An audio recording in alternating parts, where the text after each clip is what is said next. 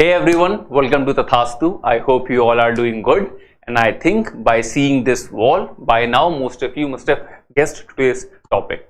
And yes, it is cybersecurity threat. So in this particular session, we are going to talk about what is cybersecurity threat, what are the different kinds of it, and how different countries are trying to cope with it, especially India, the Indian nation state. Okay, so let us begin with the discussion. First of all, what is the basic definition of this cybersecurity threat?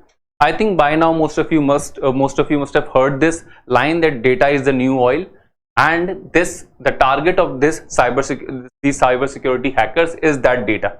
Okay? So the definition is this cybersecurity threat involves malicious actions with the intent to harm the data, and by harming the data, what is the purpose to do it? To seize the information. By harming the data or by collecting that data, it is the primary purpose is to seize the particular information and disturb the digital activities at large. And what kind of digital activities? So this could be the activities which affects the assets related to information technology, computer networks, intellectual property, or any kind of sensitive data. Okay, so the broad aim or the broad goal of these cybersecurity hackers or this cybersecurity threat is to tamper with the data, to gather the information, and what kind of industries or what kind of dimensions they affect. So they affect this information technology, computer related networks, and intellectual property, and all kind of sensitive data. Okay, now let's move on and let's have a look at what are the different kind of cyber attacks are there. Okay, so in this chart there are broadly six different categories. Other than this, I have listed 3 more. So in this session we are going to discuss 9.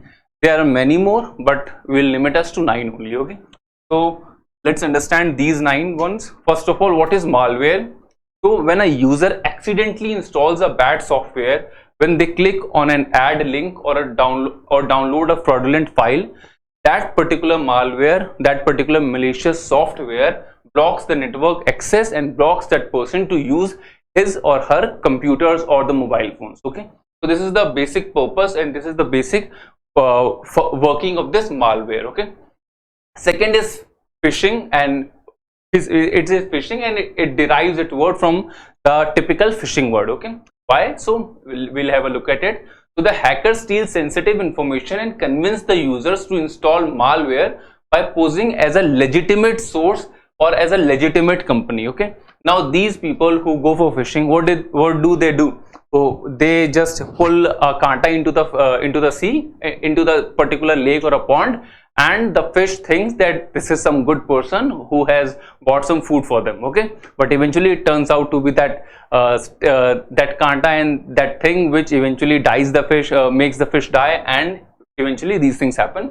Similarly, what happens here is the hackers steal the sensitive information and convince the user that this particular malware is for your good, this particular file is for your good, but eventually it turns out to be the other way around. Okay, and the most commonly used thing for this is an email, because we don't know who is the correct company, who is the correct person who's sitting beyond that email, and is there any, what is it? Is it a proper functioning company, or is it a malware, or is it a group of institution or group of people who want to do something bad? Okay.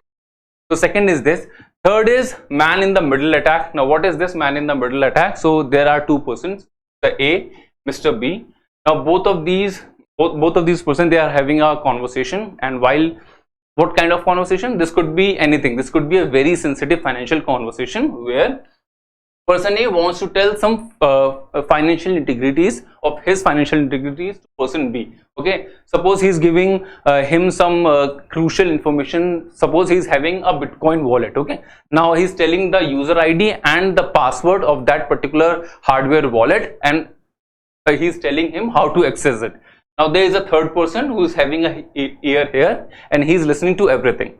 This is man in the middle attack, where the attackers intercept messages between the 2 trusting parties, capable of stealing information just like eavesdropping on a particular conversation. Okay, so this is the third thing, the third man in the middle attack. Fourth is zero-day exploits. Okay, fourth is zero-day exploits, where hackers find new security vulnerabilities in software regularly. That is the reason why major software upgrades happen. Okay, you see that in your laptop there's an upgrade, in your phones there's an upgrade, software upgrade, and we say that after these upgrades our phones are functioning on a better speed, our laptops are functioning in a good health, at a better speed. But the main purpose of these software updates is also that with every software, whenever there is an update, there are some loopholes, and by constantly seeing it, by constantly having a look at that particular software, these hackers are able to find those loopholes. Okay, so by regularly changing those, upgrading those software, there is a possibility that we can, or the companies can, stop these hackers from doing anything bad. Okay, after hackers discover a vulnerability, they install a network, much malware, and gather as much sensitive information as possible. Okay? Whenever they do this, the purpose is whenever they find a loophole in a particular software, then they gather all the people and they gather all their instruments and all their resources to exploit that particular event or to exploit that particular thing. Fifth thing is distributed denial of services, DDoS. What is this? Attackers overwhelm system or networks by directing a high volume or unwanted traffic at them. And what happens by just leaving a huge traffic to a particular thing, up to a particular network? That network paralyzes. Okay, so the goal is to paralyze the target by exhausting the available bandwidth and network resources, and by paralyzing that thing, they are able to execute what they want to do. Fifth, now the sixth one is the very basic thing, password thing.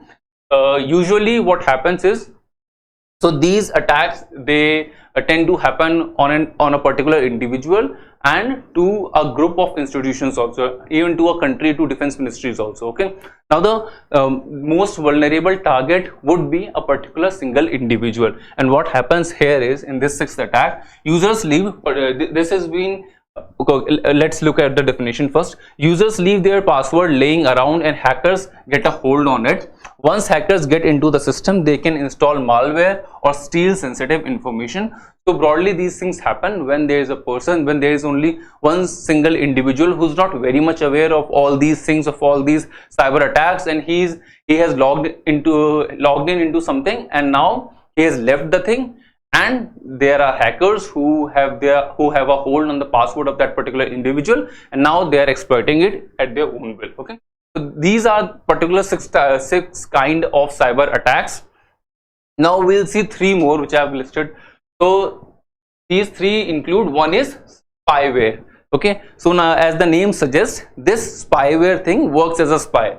The spyware is a form of malware that hides on a device, providing real-time information sharing to its host, enabling them to steal data like bank details and password. Okay, so they're literally seeing what is happening. Spyware is something, it's a malware, it's in your system, and whatever you're doing, it's like a screen recording. Okay, you record a screen and then you see it, but these hackers or this software is able to see everything in the real time, and it is being able, the quality or the technology is being able to communicate to the hacker that what is being happening.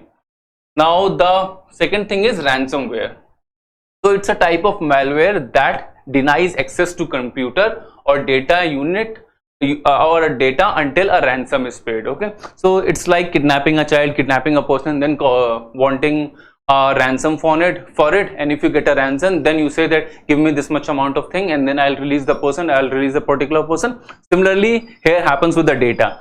One individual or a group of individuals or a proper group who is doing all these hacking things, they are saying that we have captured your data, and that data we know is very much sensitive to you, but we will only release it to you, or will only give it to you back when you pay a certain amount for that. That is why it is called ransomware. Another one is Trojan. Now it's from a myth, it's from a mythology, and where we all have heard that mythology, a Trojan horse, where certain individuals, certain soldiers, they just head into that Trojan horse. Okay, so the Trojan creates a backdoor entry in your system, allowing the attackers to gain control of your computers and access confidential information. Okay, so basically Trojan is a backdoor entry into your systems. Okay, so these were the 9 attacks, 9 different kind of attacks.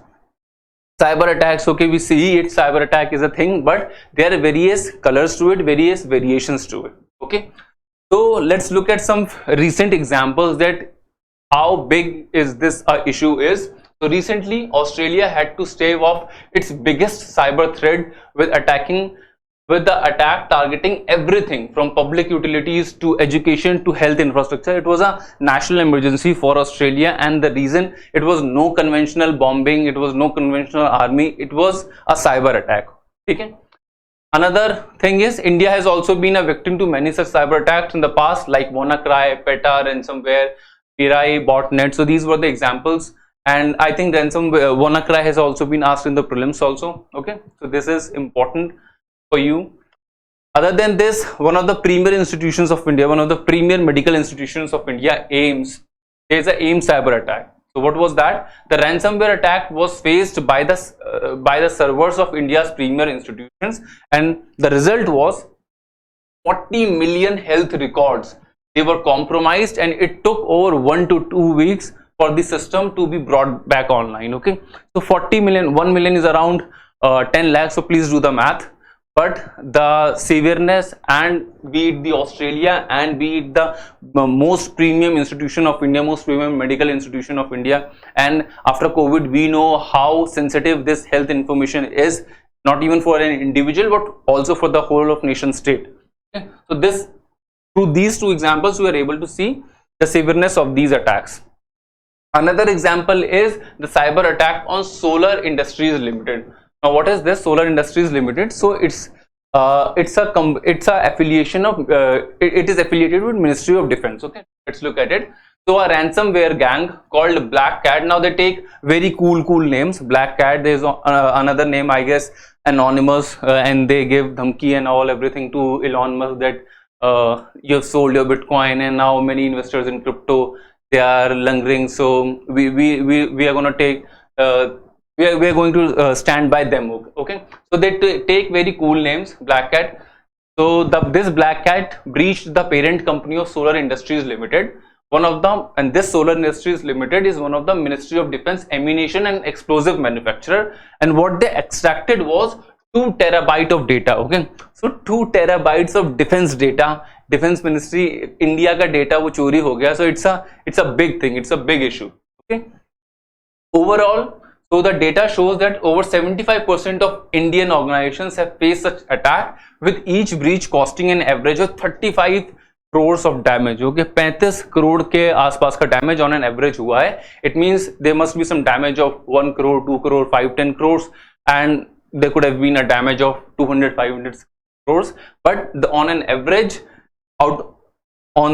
this information, this breach of information had happened to 75% of the organizations in India, and it averages on each institution, it averages around 35 crores. So it's a big, very big number. Okay, so why is this challenge? This is a huge thing. This is a severe crisis. So what are the challenges? Okay, why are we facing these difficulties to deal with it? So first of all, we'll start with the basic ones. Two things are lack of awareness on cybersecurity, and those people who have awareness, there is a lack of speciality. Okay, firstly, we don't have awareness about it. That's why there have been instances when people just leave their computers and their mobile phones logged in, and they don't while going out, they don't log it out. Okay, so there is a basic awareness crunch. And secondly, those people who claim and who are considered to be specialists, still there is a lack of specialization in them. Okay, and this has been increasingly used. Not only it has been written that they have been increasingly used by the terrorists, but not only terrorists, there have been instances when the nation states, when Pakistan and China, they have launched their there have been instances, there have been examples, and it has been categorically spoken out also that it's a cyber attack which has its genesis in China, it's a cyber attack which has its genesis in Pakistan, and similarly Russia and United States of America, they also blame onto each other also. Okay. Other than this, the increased use of mobile technology and internet by the people. Now what is this?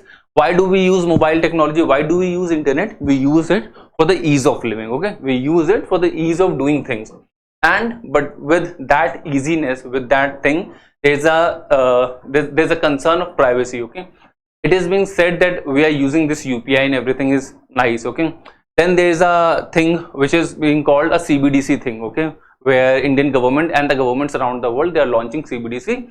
So you will be able to trade between different parties without using internet. But if there is easiness, if there is ease of life, then there is a concern to privacy also, that you will give your sensitive information not only to the governments but to the companies associated with it.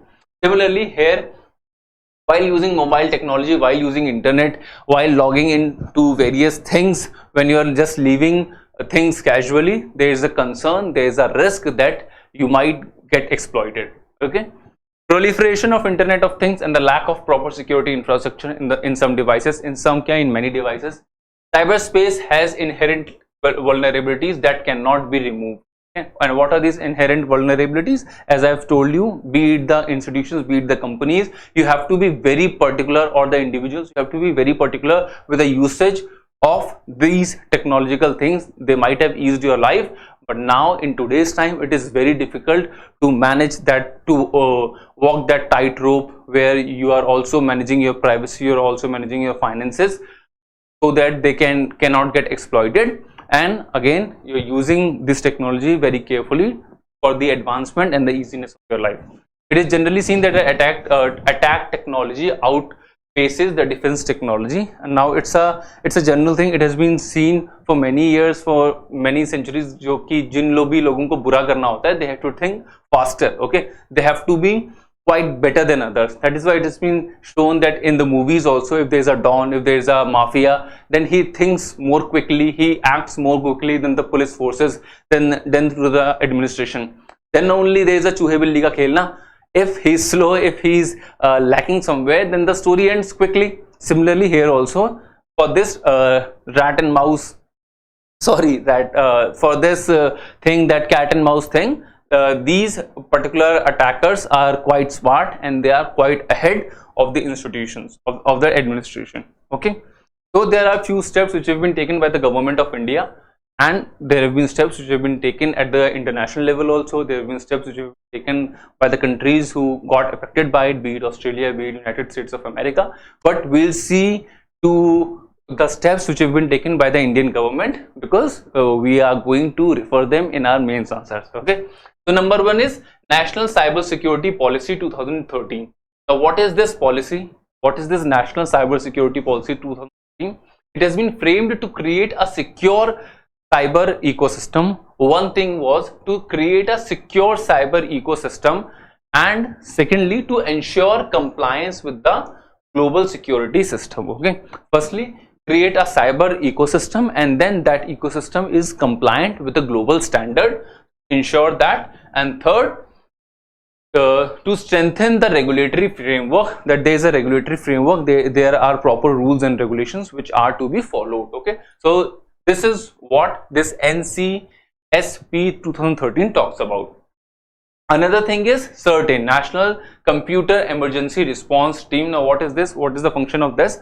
So it functions as the nodal agency of coordination of all cybersecurity efforts, emergency responses and crisis management. That is why it has been called when it was launched, and now also it has been called one of the most important institutions for against these cyber attacks, because it manages the whole of India, and it functions broadly as a nodal agency for coordination. And we know, because it's happening on individuals, these cyber attacks are they've been conducted on individuals, on institutions, on countries. So you need a coordinated response to that also. Okay, and you need a team, you need a response force for that. So that response force is CERTAIN. Third is Cyber Surakshat Bharat Initiative. Now this is important. Cyber Surakshat Bharat Initiative, they might ask you in your prelims. It was launched in 2018 with an aim to spread awareness about the cyber crime and building capacity for safety measures for Chief Information Security Officers, CISOs, and frontline IT staff. Okay, so this is to train these information officers and frontline IT staff and making them aware of this graveness of the situation and how to deal with it. Okay, and while writing your answers also, while writing your mains answers also, one suggestion which has been given every time is to educate people, is to aware people, because firstly you have to identify the problem, then only you will be able to solve it. Okay, so awareness, that is why it has been considered very much important.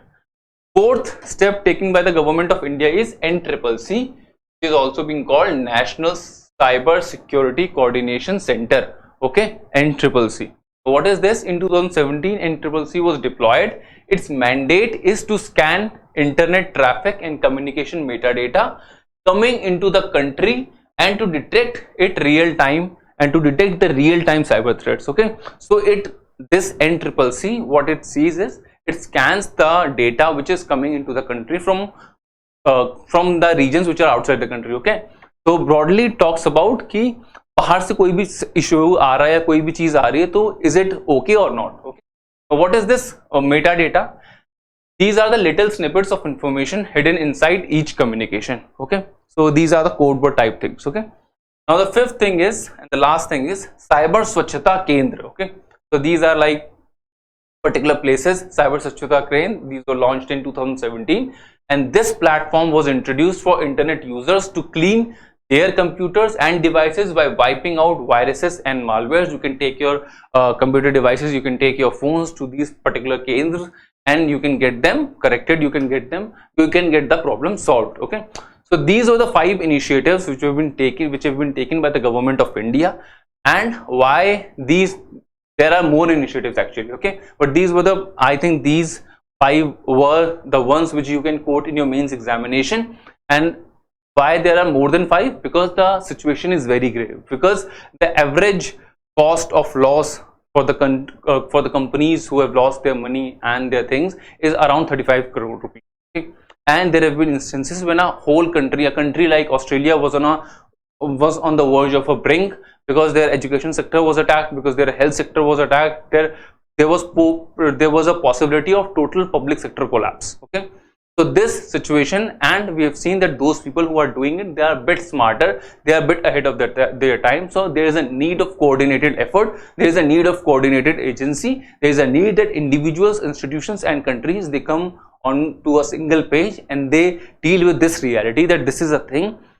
Gone are those days when there were bombings, when there were, I mean, there are still bombings and there are still these things, but this is one of the most lethal, more lethal and more sophisticated things. So that needs to be taken care of, and that needs to be managed quite efficiently, and you can do that only by coordinating. Okay, so this was it. We discussed the information, we discussed the different type of cybersecurity threats and their implications and their possible solutions. We'll meet in the other class. Until then, take care. Bye bye.